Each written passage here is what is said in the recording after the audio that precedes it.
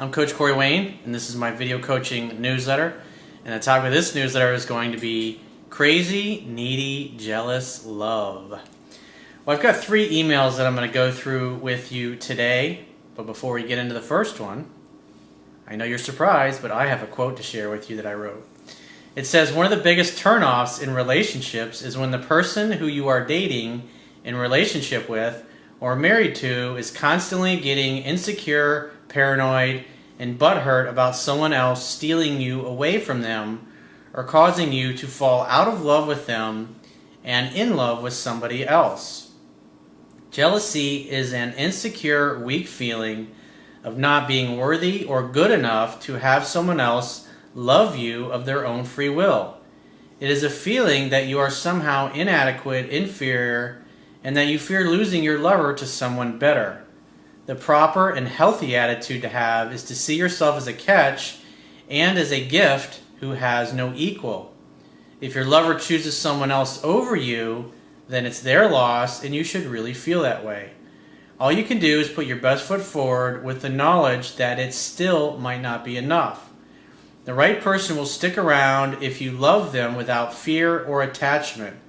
But everyone else will eventually leave you or cheat on you if you constantly act like a needy, insecure jackass. So let's get into the first guy's email. He says, hey Corey, my situation is that I want to get my ex-fiancée back who is 6 months pregnant. Our background is that she's 20 and I'm 35, and she has a 3.5-year-old from a high school pregnancy, and I have a 9-year-old who lives away from me, 3 hours away from her mom. We met at work, and I was her boss, and she was a rebound after a 1-year relationship that I was in. It started as a hookup, but we fell hard for each other and moved very fast. That's why I always say, hang out, have fun, and hook up. And just like the video I did the other day, it's, in essence, all relationships start out as basically a friends with benefits type of relationship until obviously it evolves to the point where there's emotional, romantic love involved.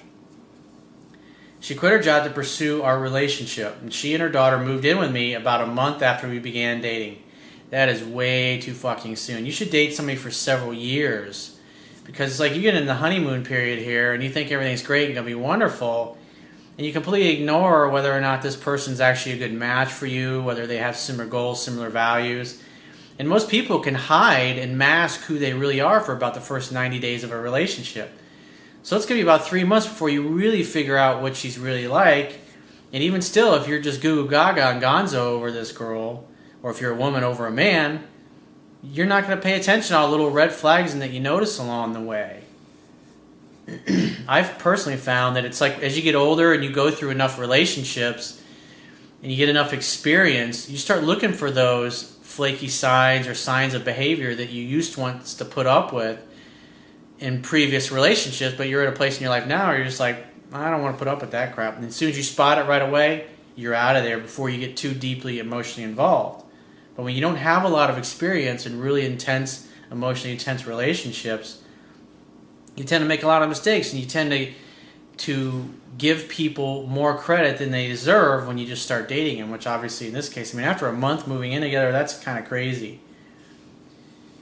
He says they had lived with her mother, and she was raised religious and anti-sex outside of marriage. Yeah, I guess she really believed in that since she had a teenage pregnancy. He says, however, her dad left when she was young, and she got involved with several sexual relationships prior to us getting together. We got engaged after 4 months together and found out that she was pregnant after 5. We fought a lot. Well, that tells me that you don't understand women and how to communicate with them. The last third of my book, I spent a lot of time talking about relationships and maintaining the courtship and how to communicate effectively. And those are essential skills. A lot of guys think, hey, I just need a pickup line. I just need to know how to get a girl's number. I need to know how to ask a girl out. I just need to know what to do on a date so I can get laid. And they have fallen in love and things just completely go sideways because they're like, hey, I don't need this relationship crap. Everything's easy. Well, the type of skills that you need in a relationship, they're similar to the pickup skills and dating skills, but they're also different, and you need to learn the subtle differences and the subtle nuances once you get to that stage where you're actually in a committed relationship. A lot of crazy, jealous insecurity by both of us. That's definitely not healthy. Checking phones, Facebook, etc. She has issues with depression as well, and the physical relationship was amazing, but we had issues adjusting to living together so soon. Hence, another reason why you should date for 2 or 3 years before you move in together or get married or decide to get engaged. Because you need to get past that honeymoon period and get to the place where the infatuation is long since worn off, and then you can objectively look at the other person and decide, do I really see myself with this person 5 years, 10 years from now, 20 years? Can I see myself raising children with this person? And when you've only been dating for a month, it's like you're just completely, it's like you get the wool pulled over your eyes and you bullshit yourself because you're so happy and you're so in love. He says, and I had to learn to parent full-time, which I'd never done before, as my daughter always lived with her mother. Anyway, the fighting got worse after the pregnancy, and she decided to move back home to her mom's, and that she didn't want to have sex anymore to follow her beliefs. Yeah, notice how it didn't matter before when she was happy and she was really into you, but as soon as things are going sideways and you guys are fighting and not getting along, she cuts off the sex, and you want to know why, and she says, oh, it's because of my religious beliefs. Come on. He says, we had a strained relationship once the physical was removed. Yeah, obviously some tension's building up there. He says, my jealous, needy behavior got worse, and I acted totally weak and just pandered to her every need. So you became a pleaser. Not good. We moved our wedding date up mainly out of my desperation to get back what I thought would be the good part in the beginning of our relationship. She moves out of the house, moves in with her mother, and then you're trying to move the marriage up. I mean, think about that for a second.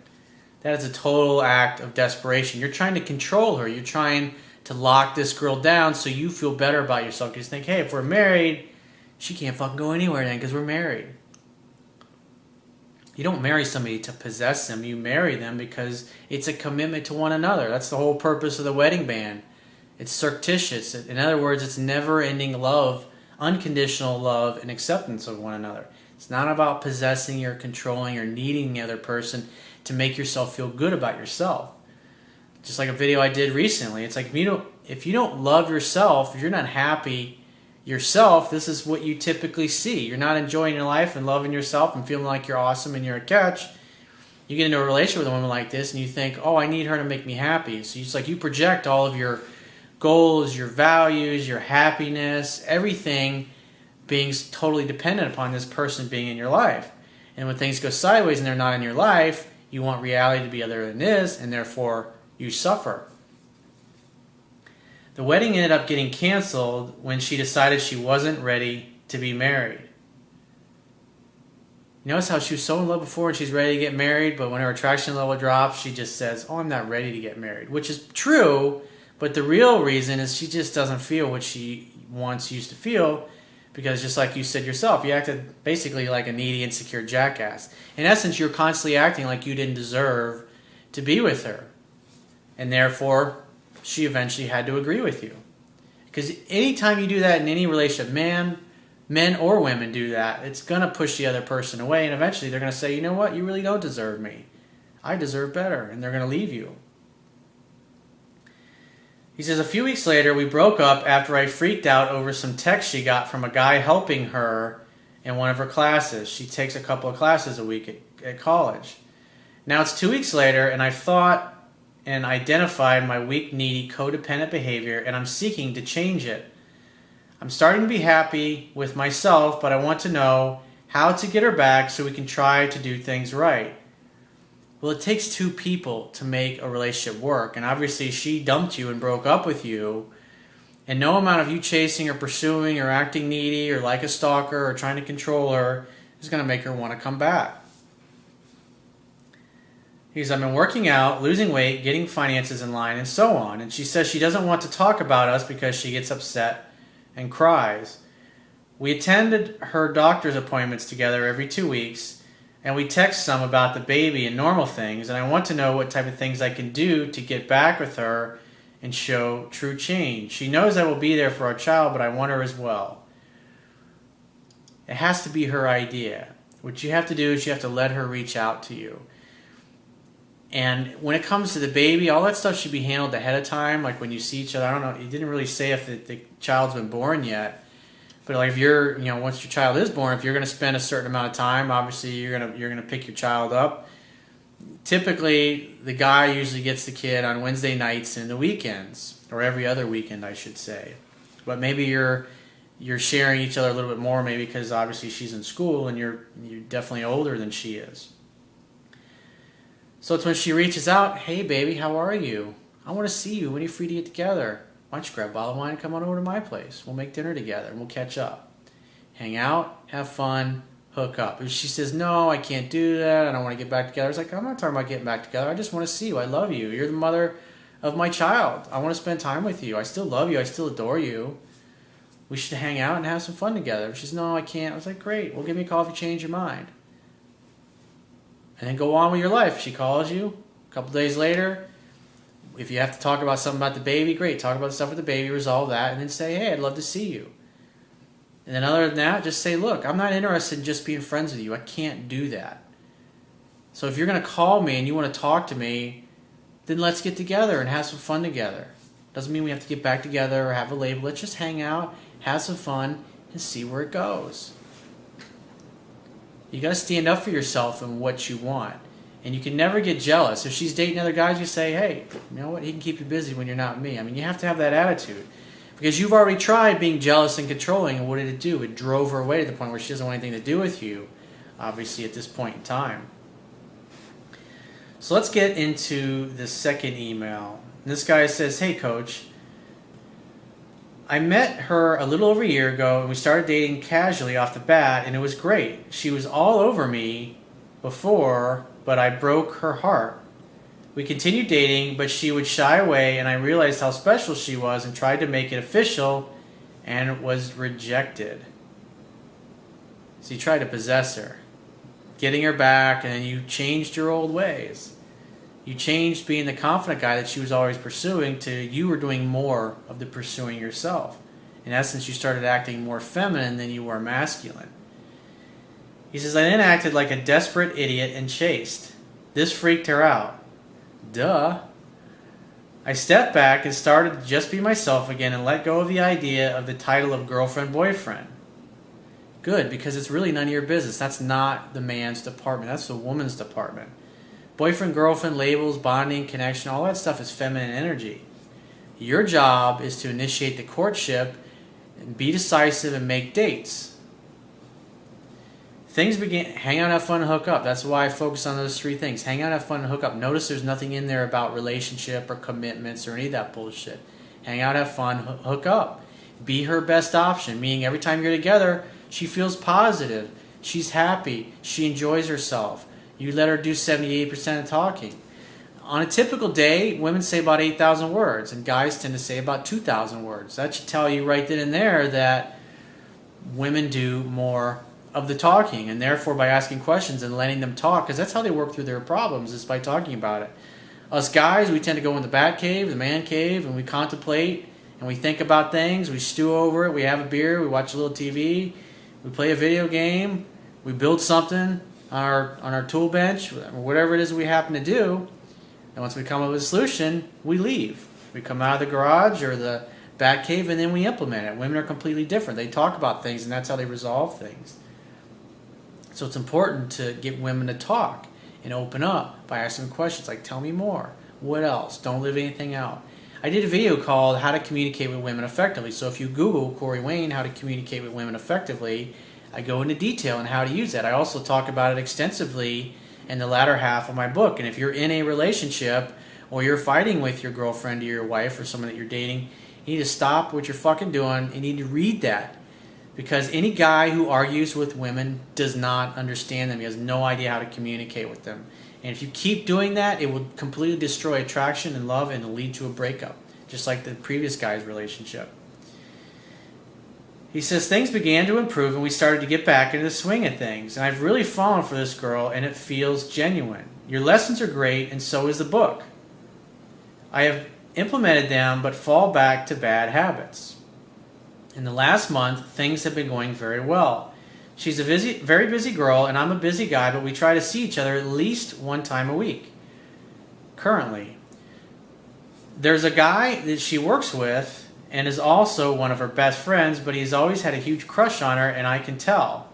She admitted it to me after asking her last week over a picture I had seen of them, but told me not to worry, that she loves me and knows how genuine my love for her is. So I've dropped it for good. At the end of the day, you got to be her best option. That's all you can really do. And if she wants to be loyal, she'll be loyal. If she's a cheater, she'll cheat. And that's why you got to be observant. Another reason why you want to date for 2 or 3 years before you go and get married is so you can see how this person's going to be long term through the ups and the downs of life.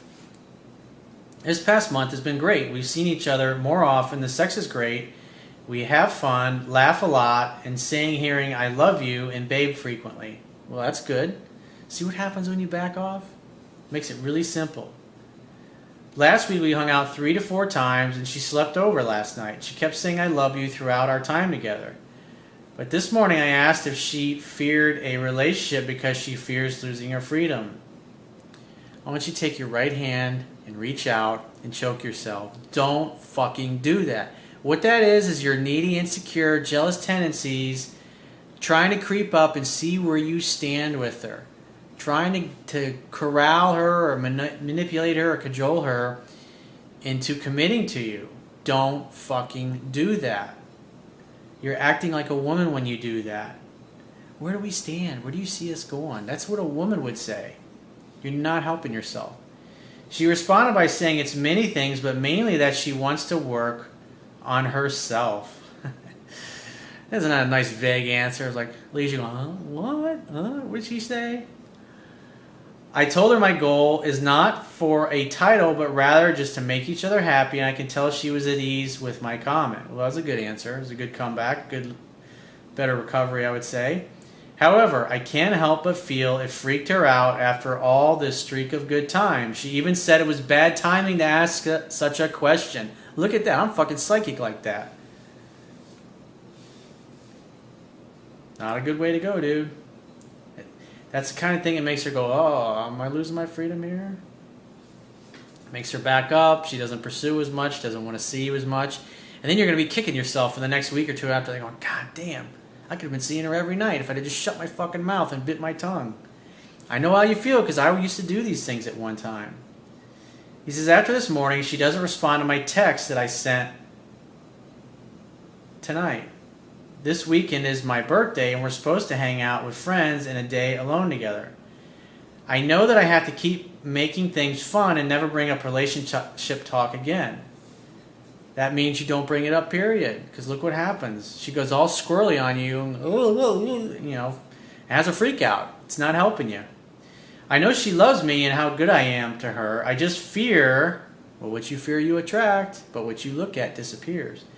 I fear that I won't get the end result and some other guy is going to spark an interest in her. Dude, she's fucking you. That's all that matters. Hang out, have fun, and hook up. It's not hang out, have fun, hook up, and worry about some other guy that may or may not sleep with her. Hang out, have fun, and hook up. Be her best option. She still may choose somebody else. Nothing you can do about that. Be your best option. If it's meant to be, she'll choose you. If you treat her right, she'll treat you right, dude. We both have a lot going for us and are like a power couple with talent. I am, for the most part, confident but need some words of wisdom regarding what you can read into my situation to really nail this girl. It's not about locking her down. Again, you're focused on trying to lock her down so you feel better about yourself. Think about it. This is a self-esteem issue. This is deep down inside of you going, I don't deserve to have this girl. I'm going to probably lose her to somebody else. And that's when you're thinking like that, what do you think that's telling your brain to look for? It's looking for all the reasons why she's going to cheat on you or choose some other guy over you. So any kind of hint of any other dude looking at her funny or her looking at a guy too long, or you see a picture on Facebook and your brain goes, boop, boop, red alert, oh my God, what's that? Oh shit, I'm going to lose her, I'm fearful. And everything you think and do after that is just, that's why you need to stop stalking her on Facebook. Just focus on living in the present moment when you're with her. When she reaches out to you, make the next date, and get the fuck off the phone. And at the end of the day, that still might not be enough. Doesn't matter. You're hooking up. You're having fun. You're getting laid. Hang out, have fun, hook up. It's all you can do. Remember, 97% of the guys out there, they don't know this shit.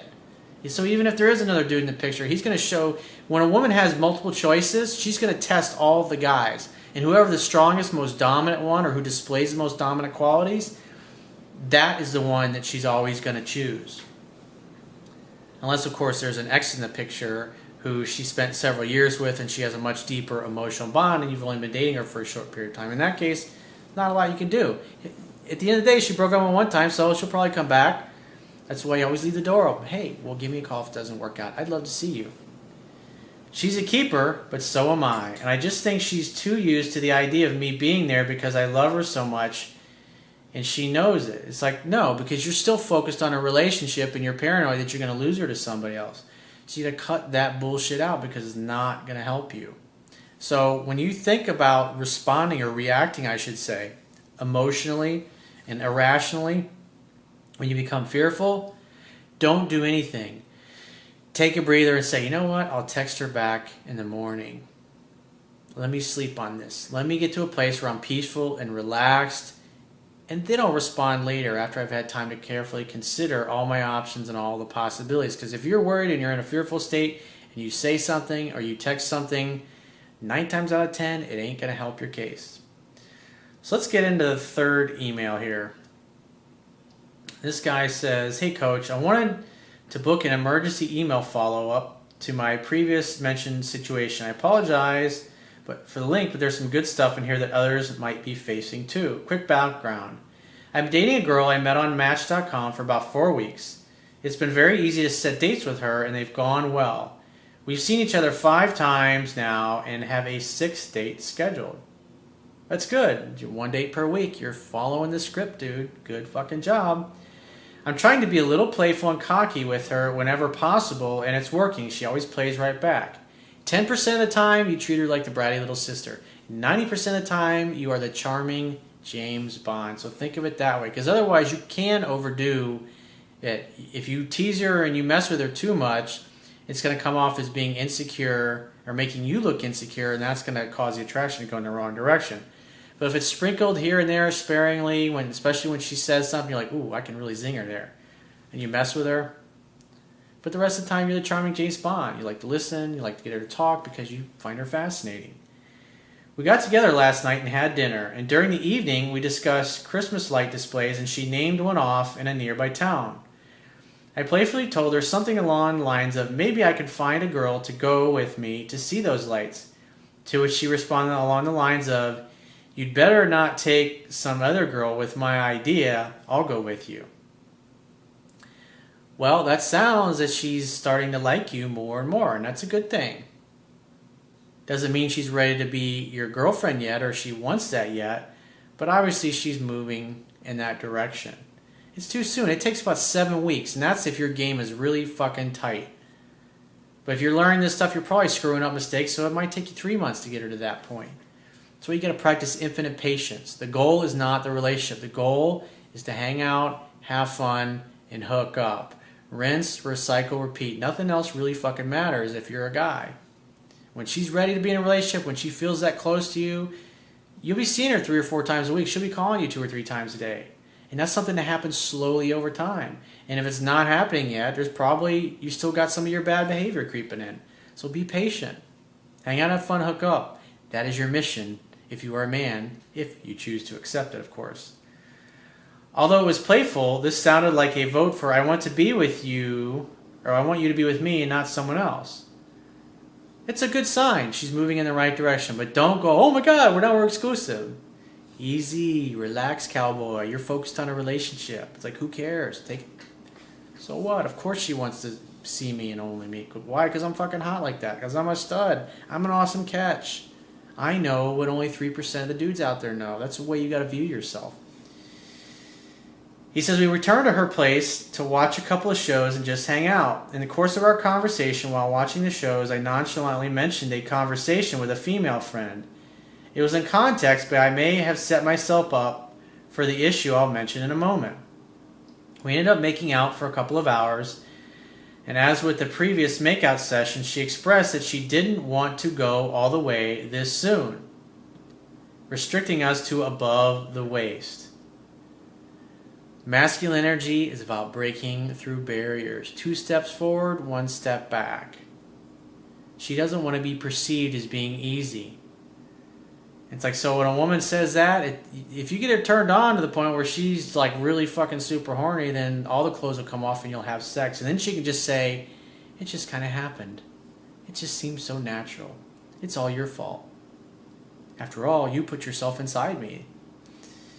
He says, I pushed and tested her boundary playfully throughout the night. While it was easy to tell she was turned on big time, she was still fighting herself and me not to go all the way. Well, it's an art. You know, I talk about that in the book. It takes practice. He says, I just try to keep it playful, fun, and sensual and not cross over a more serious line. Oh, that sounds like nice guy tendencies. You're trying to be respectful. As a man, you're trying to take it as far as you can take it until you get resistance from her. Then you back off. You chill out for 4 or 5 minutes. You caress her. You hold her. You play with her nipples a little. You kiss her. And then you go and you take another run. You start making out. Your hands start wandering. Petting gets a little heavier. Then you start undoing her pants. It's like slowly breaking down her barrier, slowly taking off all of her clothes. If you're impatient, you'll get rejected. If you move too fast, she'll stop you. And you got to respect that and back off. 2 steps forward, 1 step back. 2 steps forward, 1 step back. And each time you get closer and closer until ultimately you end up inside of her. I told her that I found her very sexy and wanted her, but that we don't have to do anything she didn't want to do that night. Don't say shit like that, dude. Don't ever say stuff like that. And then continue to playfully test. When we were together making out, she reminded me of how a cat would just purr and purr while rubbing itself all over you sometimes. Here's the trick though. As we were laying in each other's arms, partially naked, she mentioned that she had a date next night with some dude that wanted to take her to a movie. She said she didn't want to go, but didn't want to hurt the guy's feelings. She then said, maybe I shouldn't have said that, but we're not exclusive. Yeah, well, maybe I'm going to take some other girl to that Christmas tree lighting. You wouldn't mind that, would you? Because after all, we're not exclusive. That's when you come back with something like that playfully. Or something like that. I was sort of taken aback by this, but immediately recognized it as something to handle with care. Hang out, have fun, hook up. That's when you say, hey, you're right, we're not exclusive, and I may take somebody else to that Christmas tree lighting. Unless, of course, you're really, really sweet. He says, I didn't say much about it other than, I know we're not exclusive and sounds like a tough call for you. I really try to just not give it much attention. There was one other thing later, or you could have said, you know what, that's a double standard. You don't want me taking another girl to Christmas tree lighting, but yet you're going to go on a date with another dude tomorrow night. How is that fair? How does that work? If we're not exclusive, then why would you care if I was going with somebody else at the Christmas tree lighting? With the little smirk on your face like I got. Love is playful and fun. There was one other thing later where she said, don't freak out, we're not exclusive. And this time I got the impression that she didn't want me to think she was pressing me to be exclusive, though I'm not sure. It's too soon, dude. You haven't even had sex yet. Was she telling me, just so you know, I'm not ready to be exclusive? I hadn't said anything at all to suggest I wanted her to be exclusive. I think what it is she has a date set with this other dude. And it sounds like a little bit, you're kind of, obviously what you're thinking and what you're focused on is locking her down to a commitment, because that's why she's bringing it up, and she's going to go out on a date with another dude. Plus, you haven't had sex yet. So, she likes you, but obviously she's not at the point where she wants to be exclusive with you. He says, maybe she was just testing to see where she stood, or maybe it meant nothing at all. It just passed, and we continue to make out. Although she will sometimes email me en masse, she doesn't generally call me unless she's returning my call. And one of the things that makes me question whether she has a 6+ attraction for me. When we are on the phone, she's engaged and playful. When we're together, the phone is for setting dates. See, this is the thing. When you violate principles here and there, the things I teach in my book, you delay the woman falling in love. And here you've gone out on 5 dates, you have your 6th one scheduled, and you still haven't had sex yet. So, and plus she's going out with another guy, but basically telling you that you shouldn't go out with another girl, that she would be upset if you did. That should tell you a lot. That tells me you're being a little too nice, you're violating some of the principles, and she's just not at the place. Because normally, under normal circumstances, by week 7, she should be falling in love with you. And here you are going out on date 6, which is basically week number 6, and you still are only seeing each other, in essence, once a week. So obviously her attraction for you is not like skyrocketing, and it would really help you if you had other options, if you had other women that you're dating, but obviously you probably really like this girl, and so you've probably blown off all the women that you were seeing because you think it's going to turn into a relationship. But it's obvious she's still keeping her options open, and that's why you should do the same. That's why she's in such a peaceful, relaxed state, and she feels really comfortable. It's because, hey, she's got you, and she's got other dudes potentially. Maybe some of these other guys she's actually sleeping with. You don't really know what's going on. He says it may be that the phone just isn't her thing. One last curiosity, she seems to want to pay her share when we go out. I've resisted to some degree, but I haven't completely stonewalled her because it seems to be something that is important to her. Yeah, she might be kind of structured, and she also might be, a structured woman has an idea in her mind of the way things are supposed to be, and she doesn't want a man paying for her, and therefore she doesn't want to feel like obligated to have sex with you, and that's why she pays 50-50. She may be a little bit of a control freak. She may be a little bit of a Fruit Loop. He says, so it's maybe 60% me, 40% her. I really don't know what to make of that beyond maybe she just wants to feel independent. I appreciate your guidance on the specifics I've mentioned and welcome any more general analysis on what's going on. I appreciate your work. It's totally changed my life. Well, cool. Like I said, the key ratios to be looking at is she should be doing 70 to 80% of the calling, texting, pursuing. It sounds like she's not doing anything in between dates, and you've already been out you're about to have your 6th date now.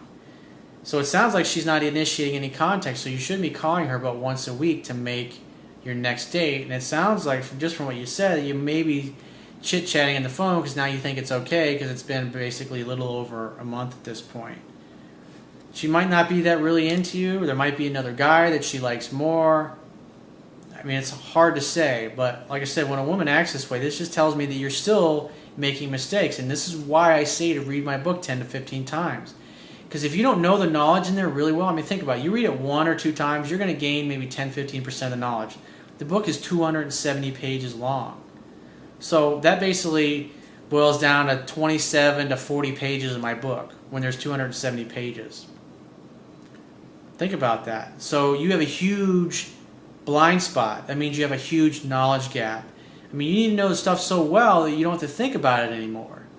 And that's part of your problem, is you don't know this stuff well enough, so you're making lots of little mistakes that you don't even know you're making because you don't know the material well enough. That's why it's fundamentals, fundamentals, fundamentals, fundamentals. Like even now, we're in week 8, week 9, week 10, depending on the team and their bye weeks in the NFL. And every week, what do? They're in practice. They're going through the playbook, and they're practicing the plays in the playbook. Why? To try to get a little bit better each day. And that's what you should be doing. So if you haven't read the book 10 to 15 times yet to the point where you know it so well, you could teach a class on it, you need to keep reading. Because this is what happens. You get into week 6, date number 6, and the girl's not calling you, she's not texting you, you're not having sex, she's still going out with other guys. That's what you need to do. You got to tighten up your game, homie. So if you'd like to get my help personally, the quickest way is to book a paid phone coaching session, Skype session, or email coaching. And you can choose any of those options by going to my website, click the products tab on any page of my website, and just follow the instructions for booking the option that you would like to choose. And I will talk to you soon.